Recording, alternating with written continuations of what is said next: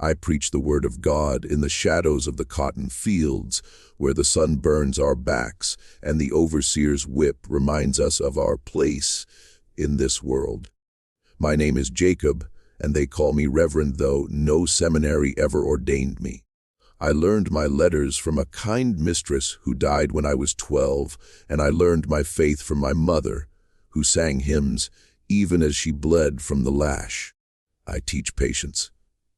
I teach that suffering in this life will be rewarded in the next. I tell my people that faith is our sword and endurance is our armor. Every Sunday evening, when the work is done and the masters retire to their great house, we gather in the old chapel, a crumbling structure of wood and faith, and I remind them that God sees our chains and will break them in His time, not ours. Then Anansi arrived. He came on a Tuesday, chained in the back of a wagon with 5 others, all of them fresh from the coast, still carrying the salt smell of the Middle Passage. The others were broken, their eyes empty, their spirits crushed by the horror of the journey, but not him. His eyes were alive, dancing with something I could not name. Mischief, perhaps, or madness. He was young, maybe 20 years, with tribal scars on his cheeks and a smile that seemed to mock everything around him, even his own chains. The other slaves whispered that he was named after the spider god of his people, the trickster who outwitted lions and tigers, who stole stories from the sky god himself. I thought it was blasphemy. I thought he was dangerous. Within a week, Anansi had learned enough English to be trouble. He would sit at the edge of my prayer meetings, never joining, always watching with that knowing smile. One evening, after I had finished preaching about the patience of Job, he stood up and spoke. His voice was accented, musical, but his words cut like a blade. He said that, in his land, there was a story about a spider who was trapped in a jar by a powerful chief. The spider did not pray to be released. He did not wait patiently for mercy. Instead, he convinced the chief's wife that the jar contained a powerful medicine that would make her beautiful forever, but only if she opened it at midnight under a full moon. She opened it. The spider escaped. The chief blamed his wife. The spider laughed. And Nancy looked at me when he finished and said, "Your God is patient, Reverend, but the masters are not, and neither is hunger." Some of my flock laughed, others looked away, ashamed. I felt anger rise in my chest, hot and righteous. I told him that his stories were the poison of a pagan mind, that they taught deception and sin, that they would lead us all to damnation. He shrugged and said, "Perhaps, but they also teach survival. Your heaven can wait, Reverend. Our children cannot." That night, I prayed for his soul. I prayed that God would soften his heart and show him the true path. But I also prayed that God would remove him from our midst before he infected the others with his dangerous ideas. I believed that faith required purity. I believed that our suffering had meaning, that it was a test, and that endurance was the only righteous response. Any represented everything I feared: impatience, deception, the temptation to take matters into our own hands. He was a threat to the fragile hope I had built in the hearts of my people. The trouble began when Master Fairfield's youngest son, Thomas, fell ill. The boy was 8 years old, spoiled and cruel like his father, but still a child. The fever took him quickly, and within 3 days he was dead. The Fairfields were devastated. The mistress wept for weeks.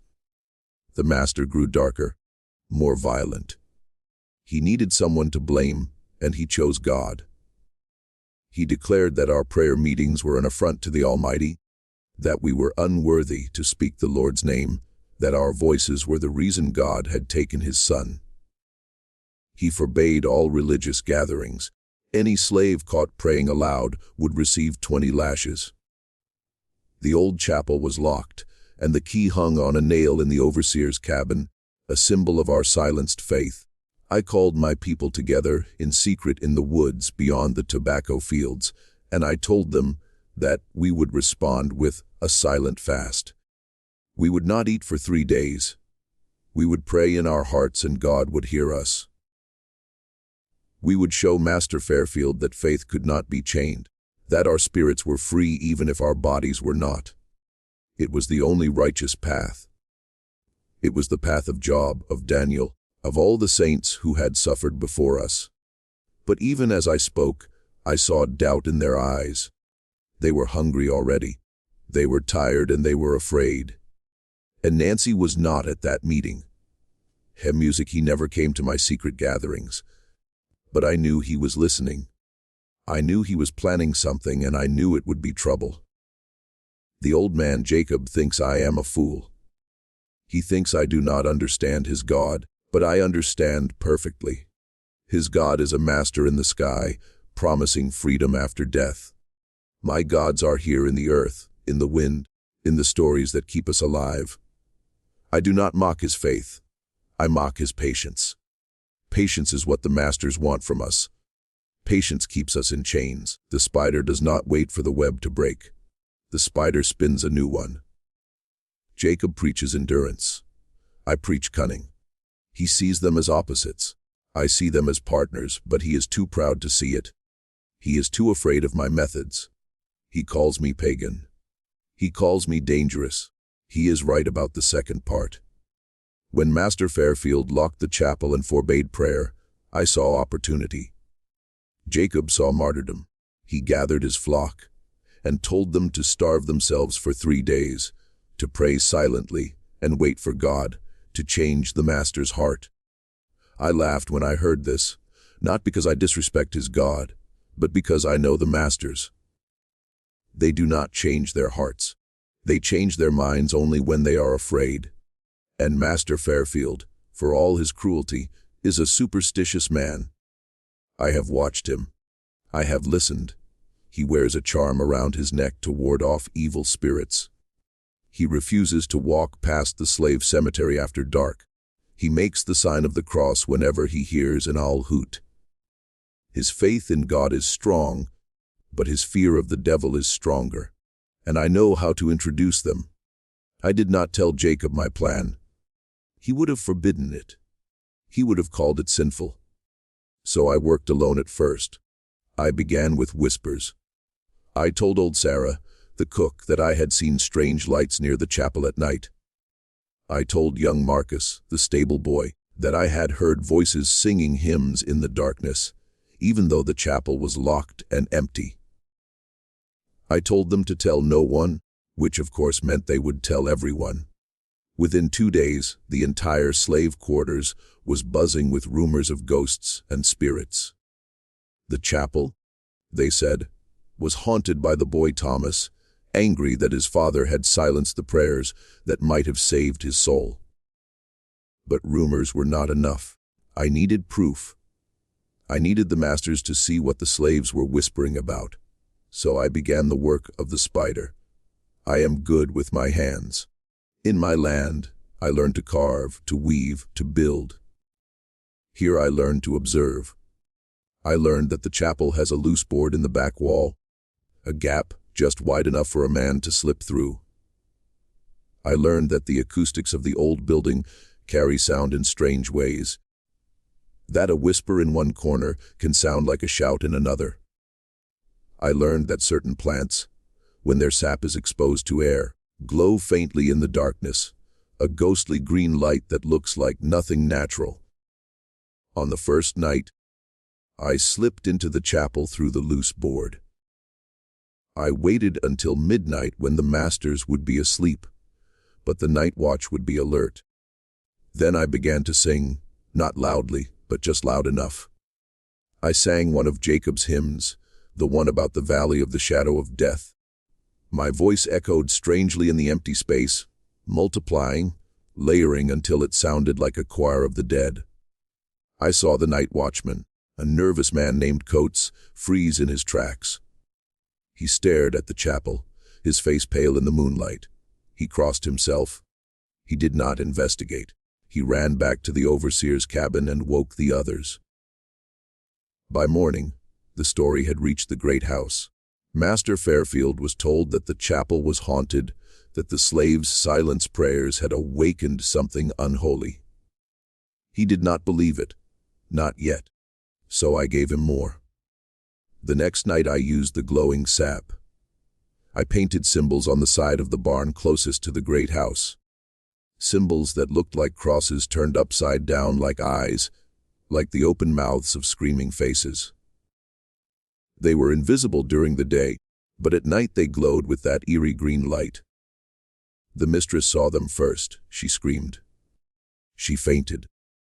Master Fairfield came running with his rifle, but there was nothing to shoot, just glowing marks on the wood, fading slowly as the sap dried. He scrubbed them off, but the fear remained. He increased the night watch. He had the overseer inspect the chapel every evening, but he did not reopen it. Not yet. He was stubborn. He was proud. He needed one more push. I gave it to him. On the third night, I enlisted help, not from Jacob, who would have refused, but from the others. Young Marcus, who hated the overseer for beating his sister. Old Sarah, who had lost 2 children to the auction block. Even quiet Eliza the seamstress, who never spoke, but whose eyes burned with a rage that matched my own. I told them my plan. I told them it was dangerous. I told them that if we were caught, we would be killed. They agreed anyway because they were tired of patience. They were tired of waiting for heaven. They wanted justice now, even if it came wrapped in a lie. We created a symphony of terror. Marcus hid in the rafters of the barn and made the sounds of chains dragging across wood. Sarah left a trail of chicken blood, leading from the chapel to the great house. As if something had crawled from one to the other, Eliza sewed a crude doll in the shape of a child and left it hanging from a tree near the master's window. Its face painted white, its eyes black, and I returned to the chapel and sang again. But this time I sang a song I had learned from my grandmother, a song in my own language, a song that sounded like a curse. The words meant nothing evil, they were a lullaby. But the masters did not know that. They only heard the strangeness, the otherness, the threat. Master Fairfield broke. The next morning he unlocked the chapel himself. He stood before the assembled slaves, his face drawn and pale, and he announced that the prohibition on prayer was lifted. He said that he had been wrong, that God had sent him a sign, that the spirits of the dead were restless without the comfort of hymns. He even left a basket of food at the chapel door, an offering to appease whatever forces he believed were at work. The slaves rejoiced. They praised God. They praised Jacob, and Jacob, standing in the doorway of the reopened chapel, looked at me across the crowd. His eyes were not filled with gratitude. They were filled with suspicion. He knew, he did not know the details, but he knew that I had done something. And he did not know whether to thank me or condemn me. I knew it was a noonie. I knew it the moment Master Fairfield unlocked the chapel with trembling hands and spoke of spirits and signs. I knew it when I saw the barely concealed smiles on the faces of young Marcus and old Sarah. I knew it when I smelled the faint sweet scent of the glowing sap still lingering on the barnwood. Anansi had done what I would not do. He had lied. He had deceived. He had used fear and superstition to manipulate the master, and it had worked. The chapel was open. My people could pray again.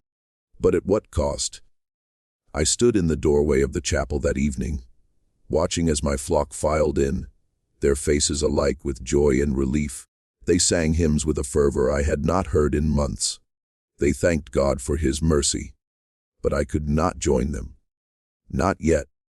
Because I was wrestling with a question that threatened to tear my faith apart. If God's will was accomplished through deception, was it still God's will? Or had we simply replaced one form of bondage with another, trading the master's chains for the spider's web? I found a noonie after the service, sitting alone by the edge of the woods, carving a small figure from a piece of wood. He did not look up when I approached. He simply said, "You are welcome, Reverend." His tone was light, almost mocking. I wanted to be angry. I wanted to rebuke him, to tell him that he had sinned, that he had endangered us all with his reckless schemes. But the words would not come because the truth was undeniable. His plan had worked. Where my prayers had failed, his tricks had succeeded. The chapel was open. My people were free to worship, and no one had been hurt. Not physically, at least. I sat down beside him, uninvited. For a long moment, neither of us spoke. Then I said, "You put us all at risk. If the Master had discovered what you were doing, he would have killed you. He would have killed all of us." Anuni shrugged. "But he did not discover it, and now your people can pray. Is that not what you wanted?" I shook my head. "Not like this. Not through lies and fear. Faith should be built on truth, not deception." He finally looked at me, his eyes serious for the first time since I had met him. "Reverend Jacob, I respect your faith." "I do, but faith alone does not open locked doors. Faith alone does not feed hungry children. Faith alone does not stop the whip. You pray to your God, and that is good. But while you pray, I act, and together we accomplish what neither of us could do alone." I wanted to argue. I wanted to tell him that he was wrong, that faith was enough, that God's timing was perfect even when it seemed slow. But I could not because I had seen the faces of my people that evening. I had seen their joy, their relief, their renewed hope, and I had to admit, if only to myself, that Annie's cunning had given them something my prayers had not: immediate, she music, tangible change. It was a bitter pill to swallow. My entire life I had believed that righteousness and patience were the only paths to freedom. I had believed that any shortcut, any compromise was a betrayal of God's plan. But what if I was wrong? What if God's plan included people like Anansi, people who were willing to do what I could not, to walk paths I was too afraid to tread? Over the following weeks, I watched Anansi carefully. I watched as he moved through the slave quarters, always listening, always observing, always planning. He never attended my prayer meetings, but he never interfered with them either. Instead, he worked in parallel, a shadow to my light. When the overseer began to suspect that the hauntings were a trick and increased his patrols, Anansi adapted. He taught the others how to move silently, how to create distractions, how to use the Master's own superstitions against them. He turned fear into a weapon, and he wielded it with precision. But he also made mistakes. One night, he grew too bold. He decided to plant a cursed object in the overseer's cabin, a doll made of straw and feathers meant to make the man believe he was being targeted by dark magic. But the overseer's dog caught Anansi's scent. The man woke and came outside with his rifle. Anansi barely escaped, slipping into the darkness just as the overseer fired a shot that splintered the tree beside him. The next morning, the overseer was furious. He gathered all the slaves and announced that if the prankster did not come forward, he would begin whipping people at random until someone confessed. The fear was palpable. I saw it in the eyes of my flock. They looked at Anansi, and they looked at me, and they did not know what to do. Anansi stood silent, his face unreadable. I knew he was calculating, weighing his options. He could confess and take the punishment alone, but the overseer would likely kill him. He could stay silent and let others suffer, but that would destroy the fragile trust he had built. Or he could run, but that would bring the hounds and the hunters, and the punishment for the entire plantation would be severe. I saw him tense, preparing to step forward to sacrifice himself. And in that moment I realized something. Anansi was not just a trickster. He was not just a pagan who mocked faith. He was a man who cared deeply for his people, who was willing to risk everything for their freedom. He was in his own way as devoted as I was. He just showed it differently. Before Anansi could speak, I stepped forward. I said, "It was me." The overseer laughed, a cruel, disbelieving sound. "You, Reverend, you expect me to believe that the preacher man is sneaking around at night playing tricks?" I met his eyes and did not flinch. "I expect you to believe that I am confessing, and according to your own rules, a confession ends the investigation." The overseer's smile faded. He was trapped by his own logic. If he rejected my confession, he would have to continue the random whippings, which would anger Master Fairfield, who valued productivity over punishment. If he accepted it, he would have to punish me, which would also anger the master, who knew that I kept the slaves docile and obedient through my preaching. He stared at me for a long moment, then spat on the ground. "10 lashes, he said, "and if I catch you again, it'll be 50. They tied me to the post in the center of the yard. The overseer raised the whip. I closed my eyes and prayed, not for deliverance, but for strength. The first lash was fire across my back. The second was worse. By the 5th, I could barely breathe. By the 10th, I was barely conscious. They cut me down and left me in the dirt. I felt hands lift me, gentle and careful. I opened my eyes and saw Annie's face, his expression no longer mocking, no longer distant. He looked stricken, almost guilty. He carried me to the chapel and laid me on the floor. Old Sarah brought water and cloth.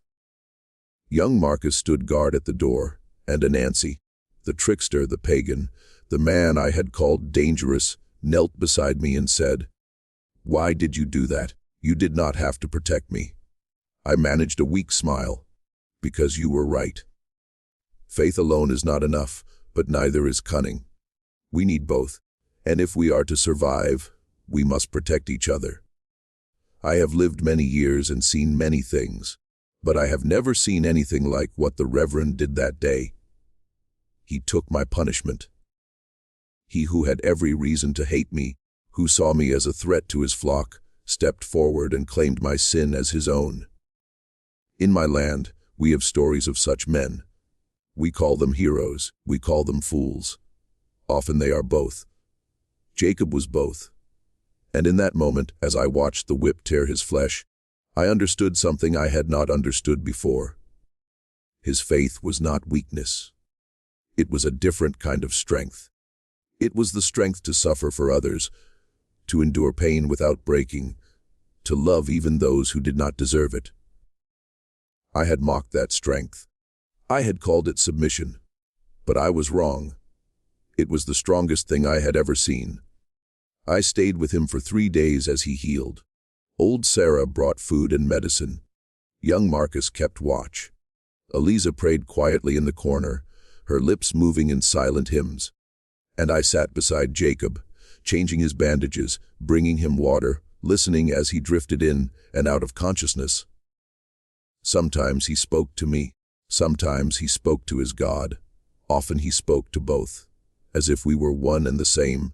He told me about his mother, who had been sold away when he was 10. He told me about the mistress who had taught him to read, who had shown him kindness in a world of cruelty. He told me about the first time he had preached, standing on a tree stump in the middle of the cotton field, his voice shaking, but his words strong. He told me that he had always believed that faith was enough, that if he just believed hard enough, prayed long enough, endured patiently enough, God would set them free. But now, he said, he was beginning to understand that maybe God's plan included people like me, people who did not wait for miracles, people who made them happen. On the 3rd day, he was strong enough to sit up. I helped him to the chapel door, and we sat together in the evening light, watching the sun set over the fields. He said, "I have been thinking about your stories, Annie, about the spider and the jar, about the trickster who outsmarts the powerful. I used to think those stories were sinful, that they taught deception and pride. But now I see them differently. They teach survival. They teach that the weak can overcome the strong, not through force, but through cleverness.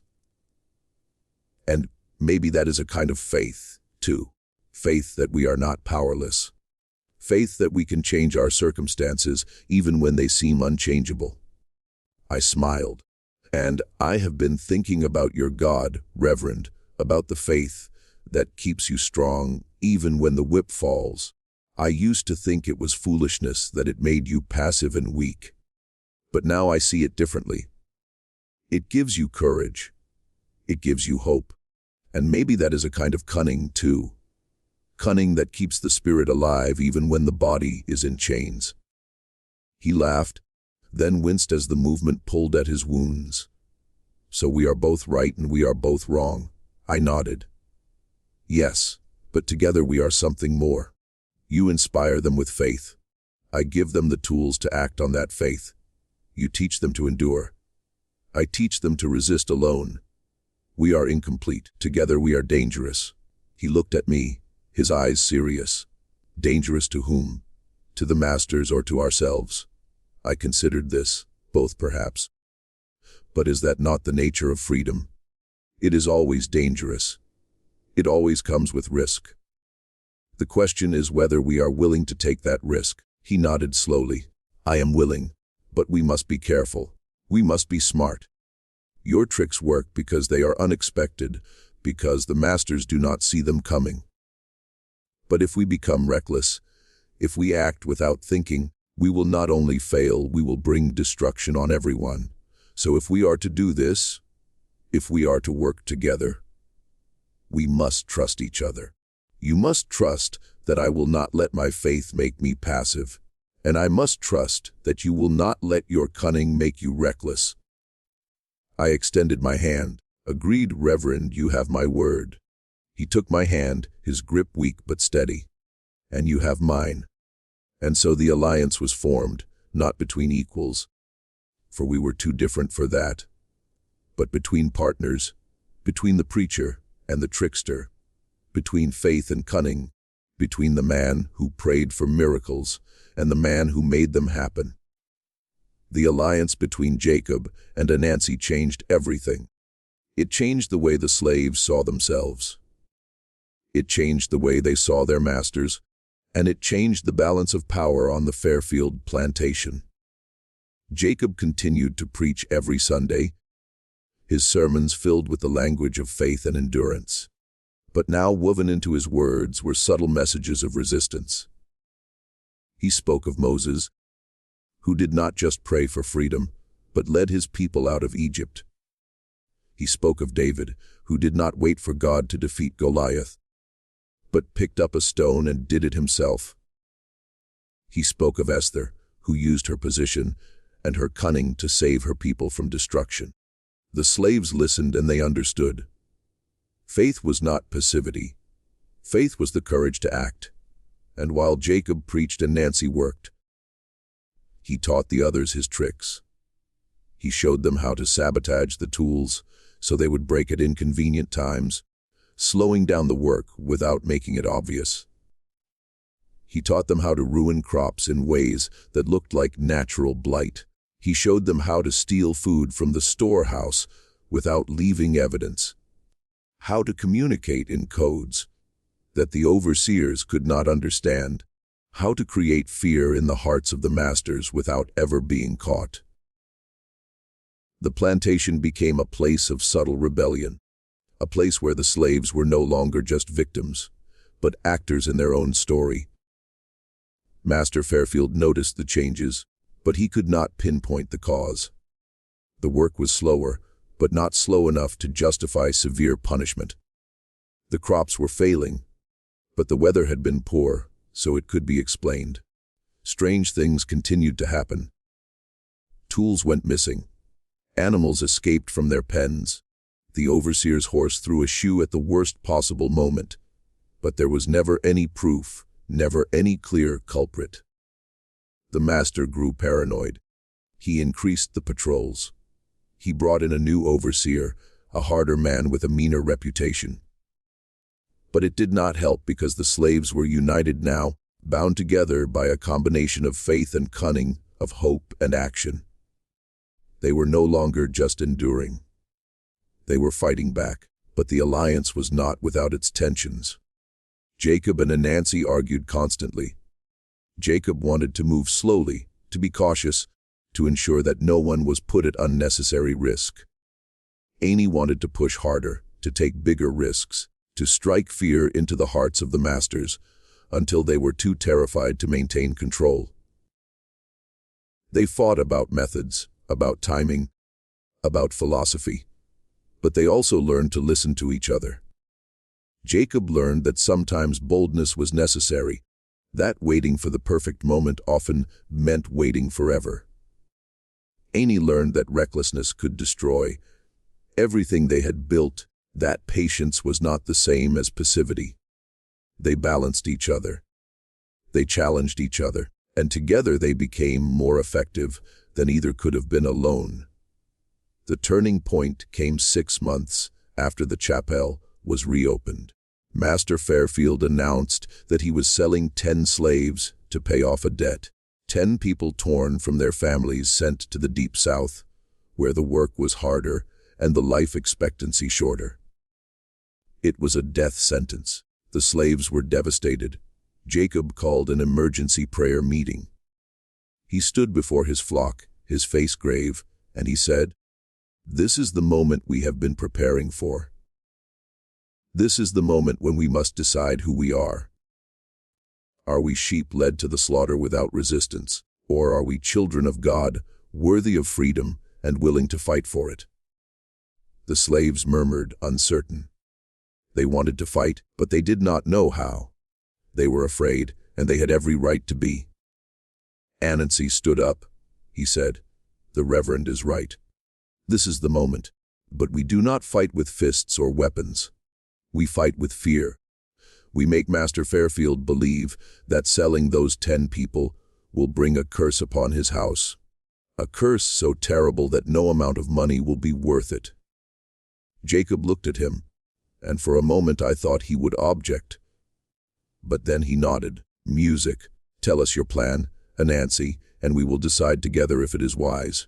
Annie smiled, that familiar, mischievous smile that I had come to recognize as the prelude to something brilliant and dangerous. He laid out his plan. It was audacious. It was risky. It required the participation of nearly everyone on the plantation, but it was also undeniably brilliant. Over the next 3 days, the slaves worked in secret. They painted symbols on the walls of the great house, symbols that glowed in the dark. They left dead animals in strategic locations arranged in patterns that looked ritualistic.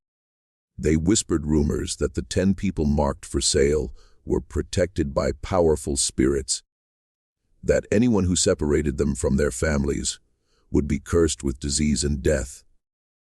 They created sounds in the night, wails and moans that seemed to come from nowhere and everywhere at once.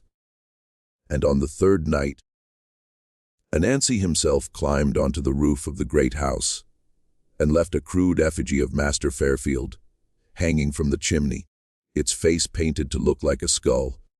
Master Fairfield woke to find the effigy swinging in the morning breeze. He tore it down, his hands shaking. He called the overseer and demanded an explanation, but there was none. The slaves, when questioned, claimed ignorance. They said that the spirits were angry, that the land itself was rebelling against the injustice. The mistress, already fragile from the loss of her son, became hysterical. She begged her husband to cancel the sale, to appease whatever forces were at work. Master Fairfield, a proud man, resisted, but that night he fell ill. A fever took him sudden and severe. The doctor was called, but he could find no cause. The master thrashed in his bed, crying out about shadows and voices. The mistress was convinced it was the curse. She went to Jacob, begging him to pray for her husband to intercede with God on his behalf. Jacob agreed, but on one condition. The sale must be cancelled. The mistress agreed immediately. She woke the overseer and told him to tear up the contracts. The 10 slaves were saved, and the next morning, Master Fairfield's fever broke. He recovered slowly, but he was a changed man. He never again spoke of selling slaves. He became more cautious, more superstitious, more afraid, and the slaves, emboldened by their victory, knew that they had power. Not the power of violence, but the power of unity, of faith combined with cunning, of miracles made by human hands. The victory over the sale was intoxicating. For the first time in my life, I saw hope in the eyes of people who had known only despair. They walked taller. They spoke more freely. They dared to imagine a future beyond chains. But I also saw danger. I saw the way some of the younger slaves looked at Annie with a kind of worship that made me uneasy. I saw the way they began to take risks without thinking, emboldened by success, but not tempered by wisdom. I knew that pride came before a fall, and I feared that our fall would be catastrophic. I spoke to Anansi about this one evening as we sat in the chapel, planning our next move. I said, "We must be careful. The masters are afraid now, but fear can turn to rage. If they discover what we are doing, they will not just punish us. They will destroy us. They will make an example of us that will echo across every plantation in the South."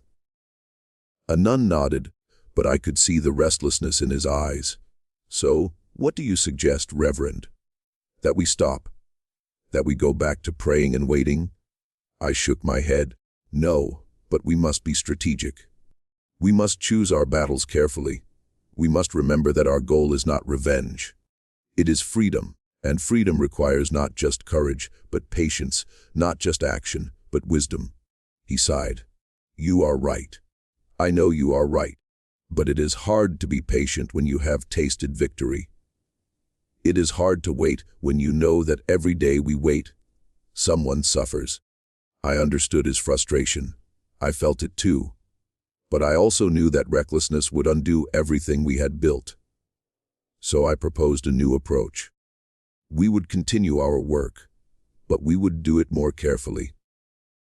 We would focus on small victories, on building networks of communication and support, on preparing for the day when a larger opportunity might present itself. We would teach the others not just how to resist, but how to survive, how to read the signs of danger, how to protect each other, how to keep hope alive even in the darkest times. Annie agreed, though I could see it cost him. He was a man of action, and patience did not come naturally to him. But he trusted me and I trusted him, and that trust was the foundation of everything we did. Over the following months, we worked to consolidate our gains. We established a system of signals and codes that allowed the slaves to communicate without the overseers knowing. We created hiding places for stolen food and supplies. We identified allies among the house slaves, people who had access to information and could warn us of danger. We also reached out to other plantations, sending messages through the underground network of preachers and traders, letting them know that resistance was possible, that faith and cunning together could create change. Slowly, carefully, we built something larger than ourselves. We built a movement, but movements attract attention, and attention brings danger. The new overseer, a man named Crenshaw, was smarter than his predecessor. Music, he did not believe in ghosts or curses. He believed in control. He began to watch us more closely, to ask questions, to look for patterns. He noticed that the slaves seemed more unified, more confident. Music, he noticed that the pranks and accidents had decreased, but the subtle resistance had not. He suspected that someone was organizing them, and he was determined to find out who. I knew we were running out of time. I knew that sooner or later Crenshaw would find the evidence he was looking for. And when he did, the consequences would be severe. I called a meeting with Anansi and the core group of resistors. I said, "We have two choices. We can stop now, go back to the way things were, and hope that Krenaw loses interest, or we can take a bigger risk. We can plan something so bold, so decisive that it will either secure our freedom or end in our destruction. The room was silent. Everyone understood the stakes. Finally, Anansi spoke. "What do you have in mind, Reverend?" I took a deep breath. "I think it is time we stopped playing tricks. I think it is time we planned an escape. Not just for a few of us, but for everyone who wants to go. We use everything we have learned, all the networks we have built, all the skills we have developed. We plan it carefully. We execute it perfectly, and we trust that God and our own cunning will see us through." The room erupted in whispers. Some were excited, some were terrified. Anansi looked at me with something like respect. "You have changed, Reverend. When I first met you, you would never have suggested something so bold." I smiled. "And you have changed, too, Anansi. When I first met you, you would have acted without asking, without planning, without considering the consequences. We have learned from each other, and now together we have a chance, a real chance." He extended his hand. "Then let us take it. Let us plan the impossible, and let us make it happen." Ben, planning the escape was the most difficult thing I have ever done. It required coordinating dozens of people, gathering supplies without arousing suspicion, mapping routes through hostile territory, and timing everything perfectly. Jacob and I worked together, combining his knowledge of the land and the people with my skills in deception and misdirection. We argued constantly, but we also listened to each other. He tempered my impulsiveness with caution. I pushed him past his fear of failure. Together, we created a plan that was both audacious and achievable. We decided to time the escape for the night of the Harvest Festival. When the masters and overseers would be drunk and distracted, we would use the celebration as cover, slipping away in small groups, each taking a different route to avoid detection. We would meet at a predetermined location 10 mi north, a place Jacob knew from his childhood, a place where the forest was thick and the hounds would have difficulty tracking us. But we also knew that not everyone could come. Some were too old, too young, too sick to make the journey. Some were too afraid to take the risk. We told them that we understood that there was no shame in staying, that their support and their silence were just as valuable as their participation. We also knew that the escape would bring terrible consequences for those who remained. Master Fairfield would be furious. He would punish the slaves who stayed, perhaps severely. But we also believed that the example of our escape would inspire others, that it would show that freedom was possible, that resistance was not futile. It was a terrible calculus, weighing the freedom of some against the suffering of others. But it was the only calculus we had. The weeks leading up to the escape were tense. Every day I expected Krenaw to discover our plans. Every night I lay awake imagining all the ways it could go wrong. But Jacob was steady. He prayed constantly, not just for success, but for courage, for wisdom, for the strength to endure whatever came. His faith was contagious. It spread through the group, calming fears, strengthening resolve. I realized that this was his true gift. Not just the ability to believe, but the ability to make others believe. To make them believe that they were worthy of freedom, that they were capable of achieving it, that God was on their side. I had always thought of faith as passive, as a way of accepting suffering. But Jacob showed me that faith could be active, that it could be a force for change, that it could move mountains if it was combined with action. The night of the Harvest Festival arrived. The masters and overseers gathered in the great house, drinking and laughing, celebrating the successful harvest. The slaves were allowed a rare evening of rest, and they gathered in the quarters, singing and talking. But beneath the surface, there was a current of tension, of anticipation. Those who were escaping knew that this might be the last night they ever spent on the Fairfield plantation. Those who were staying knew that they were saying goodbye to friends, to family, to people they might never see again. Jacob led a final prayer meeting in the chapel. He spoke of the Exodus, of Moses leading the Israelites out of Egypt, of the parting of the Red Sea. He said, God does not promise that the path will be easy. He does not promise that we will not suffer. But He promises that we will not walk alone. He promises that if we have faith, if we trust in Him and in each other, we will reach the promised land. Then it was my turn. I stood before the group and said, the Reverend speaks of God's promises. I speak of our own. We promise that we will not forget those who stay behind. We promise that we will fight for a world where no one has to make this choice, where no one has to choose between freedom and family. We promise that we will honor your sacrifice by living free, by telling our story, by making sure that the world knows what happened here. And we promise that we will come back for you if we can. We will not rest until every chain is broken. The room was silent. Then old Sarah stood up. She was not coming with us.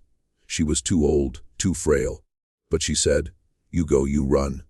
You be free for all of us. And you remember, you are not just escaping. You are proving that it can be done. You are lighting a fire that will spread. Now go before I change my mind and try to come with you. We left in groups of 3 and 4, slipping away from the quarters at intervals, moving silently through the darkness. Jacob and I went together along with young Marcus and Eliza. We moved quickly, using the routes we had scouted, avoiding the roads and the open fields. The night was dark, the moon hidden behind clouds, which was both a blessing and a curse. It made us harder to see, but it also made it harder to navigate. We stumbled over roots, splashed through streams, pushed through thorns and brambles, but we kept moving. We had to because we knew that by morning the alarm would be raised, the hounds would be released, the hunters would come, and our only hope was to put as much distance as possible between ourselves and the plantation before that happened. We reached the meeting point just before dawn. Others were already there, exhausted but alive. We counted heads. 37 people had made it. 13 were still missing. We waited as long as we dared. But as the sky began to lighten, we knew we could not wait any longer. Jacob led a prayer for those who had not made it, asking God to protect them, to give them strength, to bring them home. Then we moved on, heading north, toward the river, toward the next safe house on the Underground Railroad toward freedom. It was the hardest thing I've ever done, leaving those 13 behind. But it was also the most important, because we were not just escaping. We were proving that it could be done. We were lighting a fire. The journey north was brutal. We traveled by night and hid by day, sleeping in barns and caves, in the dense underbrush of the forest. We were hungry, exhausted, terrified. The hounds came as we knew they would. We heard them baying in the distance, getting closer. But Anansi had prepared for this. He had taught us to wade through streams to break our scent, to carry Peppa to throw the dogs off, to split into smaller groups to confuse the trackers. We lost 3 people to the hounds. They were caught and dragged back to the plantation. We learned later that they were whipped nearly to death and sold to the Deep South.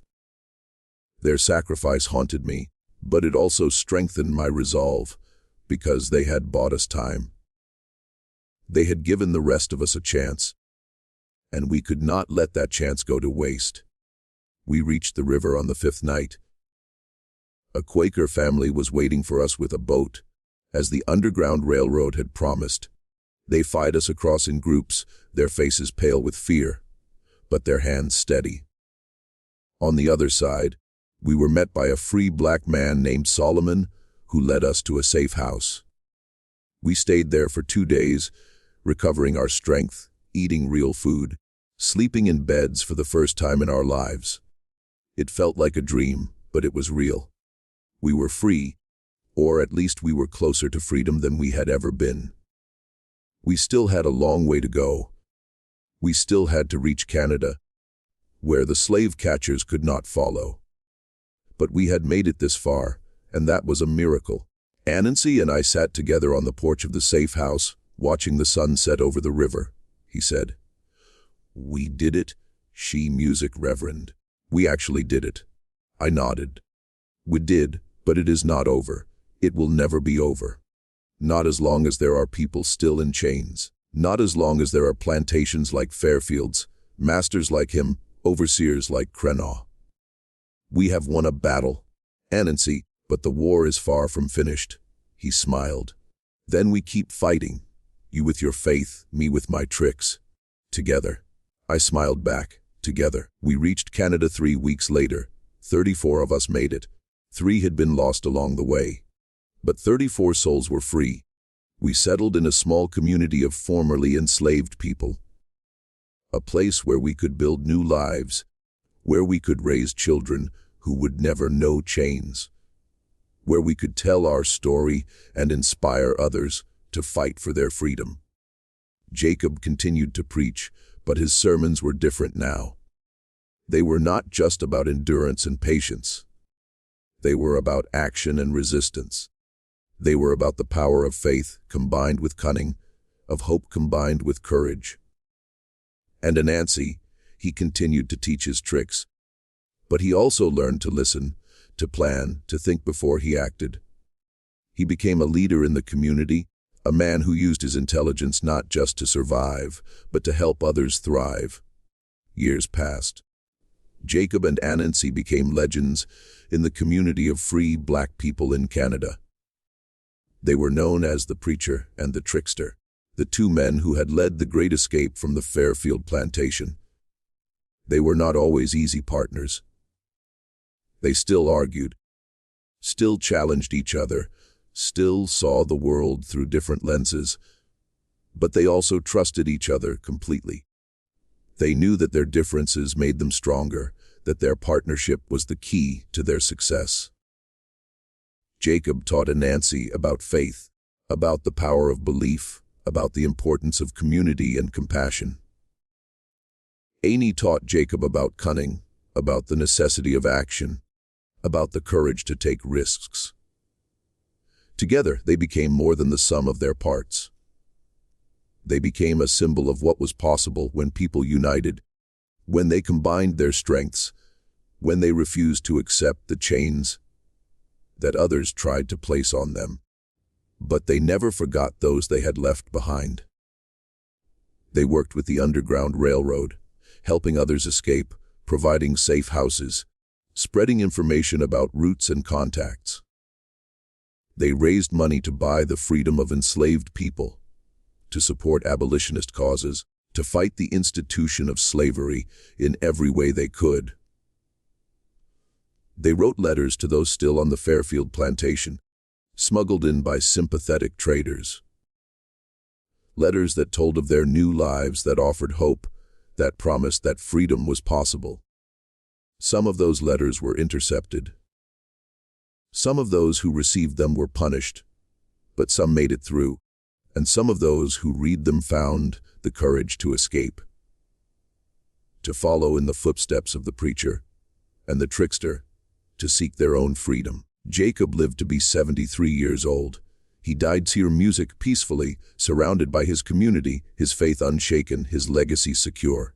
Anansi lived to be 81.